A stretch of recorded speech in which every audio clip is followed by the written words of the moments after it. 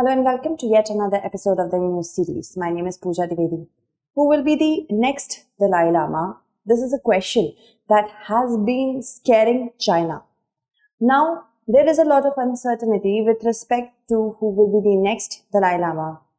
But the thing is that the current or the 14th Dalai Lama has said that there may not be any Dalai Lama after his demise. He's 87 currently. He says he will be living up to the age of 113.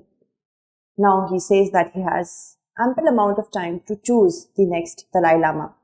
We are going to discuss everything from the perspective of your GS mains paper second examination as well as the first examination, GS mains paper first. Apart from that, of course, the analytical as well as conceptual part, factual part will be a part of preliminary examination. The many points that we are going to discuss today will be from the perspective of that only. So let us start with the news. The news says that the Dalai Lama has named a US-born Mongolian boy as the 10th Khalkha Jetsun Dhampa.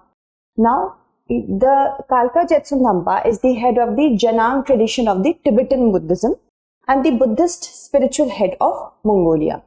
Also, this was said by the Dalai Lama at a ceremony with odd 600 followers at the unveiling ceremony actually, which understood to have taken place on 8th of March at Dharamsala.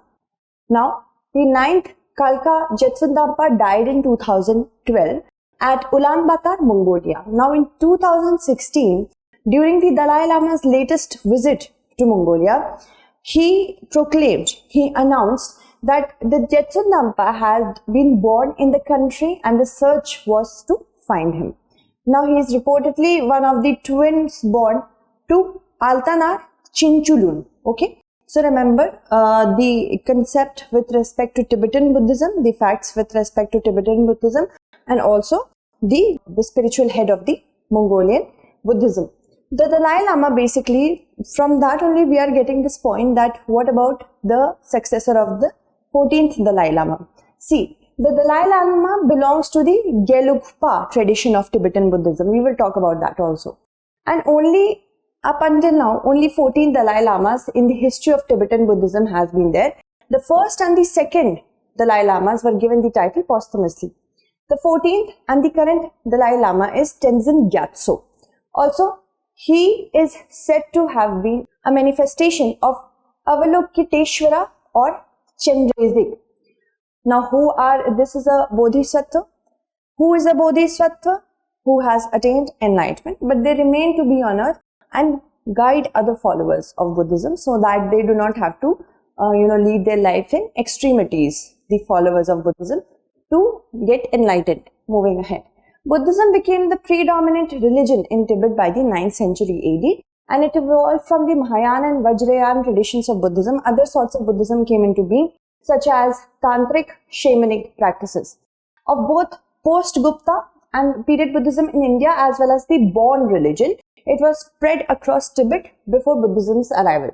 Tibetan Buddhism has 4 major schools. There are subsects as well. First is Nyingma of the 8th century. Then we have Kagyu of the 11th century, Sakya of 1073, and Gelug of 1409. Now, the Janang school is one of the smallest schools that grew as an offshoot of the Sakya school, for which the US-born Mongolian boy has been said that he is the upcoming spiritual leader. Now, since 1640, the Gelug school has been the prominent school of Tibetan Buddhism, and the Dalai Lama, current Dalai Lama, belongs to this school only. Moving on. Now, the process to name the upcoming Dalai Lama has to do with the ideology of Tibetan Buddhism.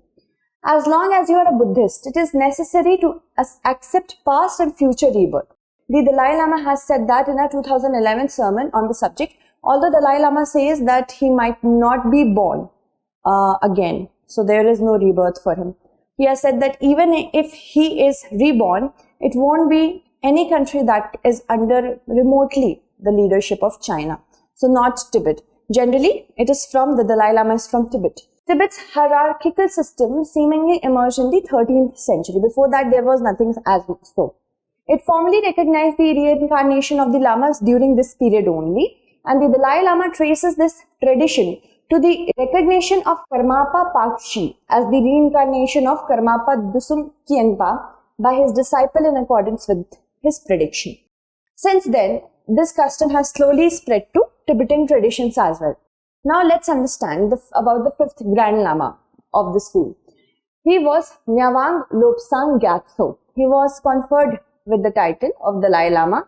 Dalai means Mongol word for the ocean. To consolidate his rule, he instituted the tradition of succession through reincarnation in the Gelug school, and he himself claimed to be the reincarnation of Avalokiteshvara. Now again, I have told you who is Avalokiteshvara. Current Dalai Lama is believed by Buddhists to be able to choose the body into which he is reincarnated. So it's a matter of choice as well. That person, when found, will then become the next Dalai Lama. And this is the responsibility of the high lamas of the Gelugpa tradition and the Tibetan government government is also involved, to seek out and find the next Dalai Lama following the death of the incumbent. If more than one candidate is identified, the true successor is found by officials and monks drawing lots in public ceremony. So it's a will of the God when you leave it to the chance of luck. Once the Dalai Lama is identified and his family, then he and his family are taken to Lhasa, where the child studies the Buddhist scriptures in order to prepare for spiritual leadership, and it can take many years. The current Dalai Lama took 4 years to understand the entire process. The search is generally limited to Tibet, but I have also told you that the current Dalai Lama says that he won't be born in any country which is remotely under the leadership of China. The political landscape of China actually started changing in 1950s. We know that the current Dalai Lama is residing in India. What happened back then, that the Chinese wanted to bring Tibet officially under Chinese control. And on March 1959, the Tibetans took to the streets demanding an end to the Chinese rule, and with heavy oppression of this particular movement, many people died. The Dalai Lama during then only fled from Tibet to India, with thousands of followers also following him here, and that was during the 1959 Tibetan uprising. And since then, the government has allowed the current Dalai Lama to get on with their government in exile. Okay, that runs from Dharamsala, Himachal Pradesh. Now, there are a lot of complications with respect to the next Dalai Lama. It is the duty of the current Dalai Lama to have a hand in naming the upcoming Dalai Lama. So what happens? There is a complication in the established traditions of reincarnation in Tibetan Buddhism. See, when China wanted to have a rule over Buddhism, it was generally through heavy repression.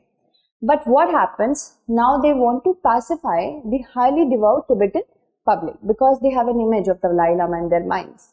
Monasteries still are highly surveyed. Schools do not teach Tibetan language, culture and history, and also dissenting voices just disappear. See, this is actually something that we know as, clearing out the culture, oppressing the culture, removing the culture of a place, because culture plays a lot of importance, language plays a lot of importance in one's identity. Once you take that away from any being, what happens? It is much easier to suppress them. Okay, so China has also invested millions of dollars to rebuild and renovate many monasteries and recognize Buddhism as ancient Chinese religion. Also, they have discredited Dalai Lama, calling him a wolf in the monk's robes. The Chinese government wants to also remove Dalai Lama from public consciousness. He forfeited his authority. They also say that he also forfeited his authority over Tibetan 60 years ago when he went to exile. However, the Dalai Lama still remains venerated in Tibet. According to the State Religious Affairs Bureau Order No. 5, which was passed by the Chinese government in 2007, a reincarnation application must be filed by all Buddhist temples in that country before they are allowed to recognize individuals as tulkus. That means the candidates for the next Dalai Lama. Now, Panchen Lama. He was chosen by the current Dalai Lama Panchen Lama plays a lot of importance in the institution of Dalai Lama. Panchen Lama is the second most important person in this institution after Dalai Lama. He names and grooms the candidate who is selected to be the next Dalai Lama. So he went missing. Why? Because he was kidnapped by Chinese authorities in 1995. He was just 6 years of age. His name was 𝐷𝐤𝐻𝐒 𝐏𝐫𝐞𝐤. And at the time of his abduction, he was just 6. He has never been seen since. Chinese authorities selected their own Panchen Lama, a 6-year-old boy named Gyaltsen Norbu in 1995. So it's very complicated. Moving ahead. Now there is a lot of uncertainty. He is 87. He says that he will live up to the age of 113. But the problem is that in 2011 he retired from the worldly affairs, saying that the rule of kings and spiritual leaders has ended. He handed over his temporal authority to elected Tibetan government in exile and the Central Tibetan Administration. The Central Tibetan Administration runs as like any modern government with various ministries and also a constitution. Okay, so the problem is that when the current Dalai Lama, he does not name the upcoming Dalai Lama, will the institution vanish? Will it eventually make the Chinese government to hold the subconscious people power in Tibet? There are many things that need to be clarified. So I hope you understood this topic. That's it. Thank you so much for watching.